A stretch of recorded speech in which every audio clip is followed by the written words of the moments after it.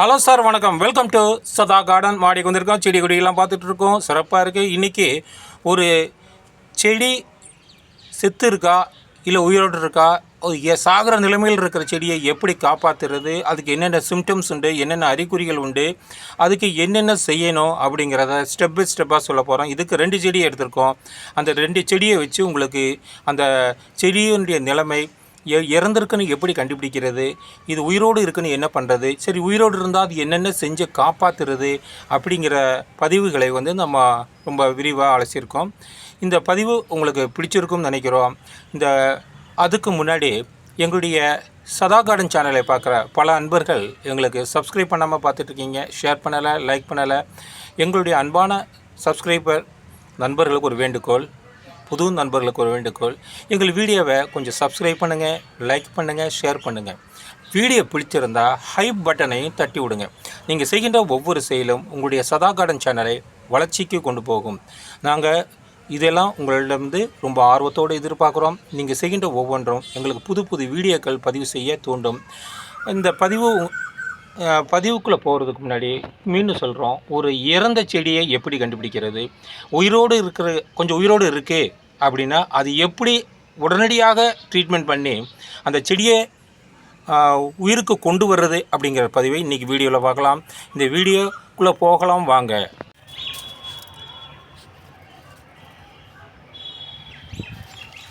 Rose, இந்த செடியை பாருங்கள். இந்த செடி காஞ்சிருக்கு. இது எவ்வளோ தூரம் உயிரோடு இருக்குது அப்படிங்கிறத பார்க்கணும். பார்க்குறதுக்கு நம்ம என்ன பண்ணுறோம்னா, நம்ம கட்டர் வச்சு டெஸ்ட் பண்ணலாம்.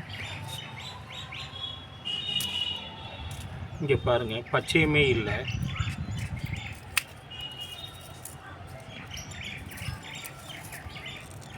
இங்கே பார்த்தாலும் பச்சையும் இல்லை, காஞ்சிருக்கு. இங்கே பார்த்தாலும் பச்சையும் இல்லை. சரி, வேர்லையாவது இருக்கான்னு பார்க்கலாம். வேறாவது உயிரோடு இருந்தோம்னா நம்ம இதை தப்பி வைக்க முடியும். வேர் எப்படி இருக்குன்னு பார்க்கலாம்.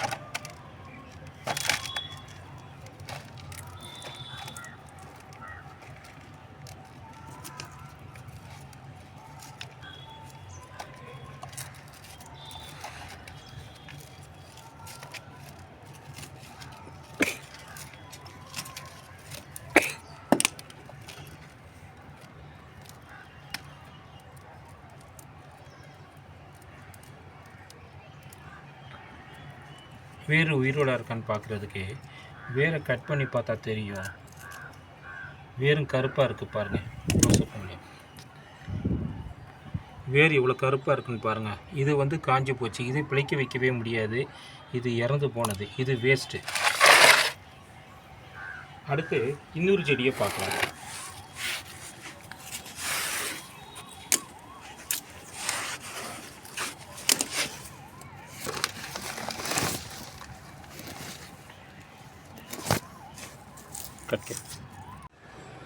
ரெண்டாவது செடியை பாருங்கள். இந்த செடி அப்படியே இலையெல்லாம் உருந்து போச்சு. இப்போ இந்த என்ன செய்யணும்னா, காஞ்ச இலையெல்லாம் எடுத்துருங்க. எடுத்துட்டு பச்சையம் இருக்கான்னு டெஸ்ட் பண்ணுங்க. பச்சையம் இருக்குது, இது உயிரோடு இருக்கும். இப்போ இதுக்கு என்ன செய்யலாம் அப்படின்னா, மேலே மஞ்சள் தடவணும். அப்படி இல்லைன்ட்டா என்ன பண்ணலாம்னா, நம்ம அலுவேராவை மேலே வைக்கலாம். இப்போ நம்ம அலுவேரா வைக்க போகிறோம்.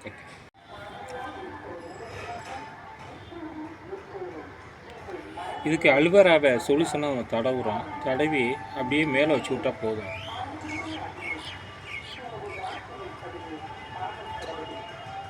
அவ்வளோதாங்க.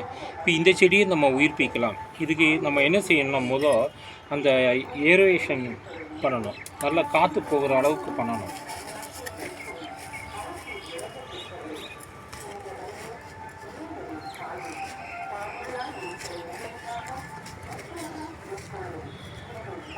இப்போ இது பண்ணியாச்சு. இதுக்கு அடுத்து நம்ம என்ன செய்யலாங்கிறத பார்க்கலாம் வாங்க.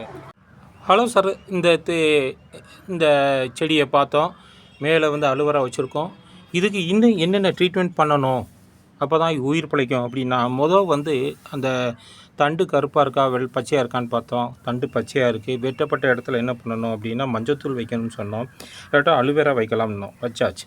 அதுக்கடுத்து இந்த தண்ணி ஓவராக போய் வேரழுகள் ஏற்பட்டாலும் இது மாதிரி வரும். அப்போ என்ன செய்யணும்னா தண்ணி தேங்குதான்னு பார்க்கணும். அப்படி ஒன்றும் தண்ணி தேங்கலை, நல்லதாக இருக்குது. தண்ணி தேங்குனா 2 நாள் தண்ணி ஊற்றாதீங்க. காஞ்ச பின்னாடி தண்ணி ஊற்றுங்க. அப்புறம் வந்து நம்ம வேர்களுக்கு ஆக்சிஜனை கொடுக்குறதுக்கு உள்ளுக்கு வந்து பொலன்னு இருக்கான்னு பார்த்தோம். இந்த பொலன்னு இருக்குது. அப்போ ஓகே. அப்போ இந்த கண்டிஷனும் ஓகே. அப்போ வேறு என்ன இருக்கலாம் அப்படின்னா சத்து குறைபாடு கூட இருக்கலாம். சத்து குறைபாடுனா என்ன? புளிச்ச மோர் பெருங்காயத்தை கலந்து ஊற்றினா இது வரும். இதை பாருங்கள், புளிச்ச மோர் பெருங்காயம் கலந்துருக்கோம். கலந்து இந்த பாருங்கள் தண்ணி எடுத்துருக்கோம். இதில் இது ஊற்றுறோம். இதை அப்படியே செடிக்கு சுற்றி ஊற்றி விடுங்க. இந்த முறையில் பண்ணலாம். அப்படி இல்லைன்னா என்ன பண்ணலாம்னா அரிசி கழுவிய நீர் இருக்குது பார்த்தீங்களா, அதை 2 நாள் புளிக்க வச்சு அதை கொண்டு வந்து ஊற்றுங்க. அப்புறம் அப்படி இல்லைன்னா என்ன பண்ணலாம்னா எப்சம் சால்ட்டை ஊற்றலாம். இந்த பாருங்கள் எப்சம் சால்ட். இந்த எப்சம் சால்ட்டை வந்து இந்த பாருங்கள் இப்படி தான் இருக்கும். நம்முடைய உப்பு மாதிரியே இருக்கும் பாருங்கள். இந்த எப்சம் சால்ட்டை கொஞ்சம் எடுத்துக்குங்க. இந்த எப்சம் சால்ட்டு எடுத்துக்கிட்டு அதோட கொஞ்சம் தண்ணியை ஊற்றுங்க. இந்த பாருங்கள் எப்சம் சால்ட்டில் கொஞ்சம் தண்ணியை ஊற்றி அதை நல்லா கலக்கி ஊற்றலாம். எப்சம் சால்ட்டுக்கு வந்து ஒரு தன்மை உண்டு. செத்துப்போகிற செடியை பிழைக்க வைக்கிற தன்மை உண்டு. ஒரு செடியை பிடுங்கி நடும் பொழுது அதுக்கு எப்சம் சால்ட்டுக்கான தண்ணியை வைக்கும்போது அந்த ஒரு ரூட் சாக்கிலிருந்து விடுபடும்.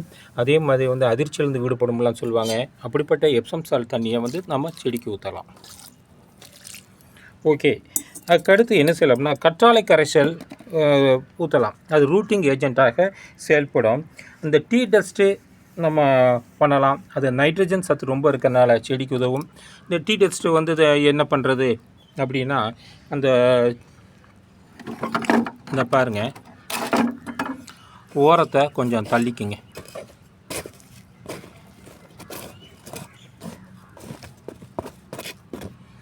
தள்ளிட்டு இந்த டீ டஸ்ட்டை பாருங்கள் எடுத்துக்குங்க.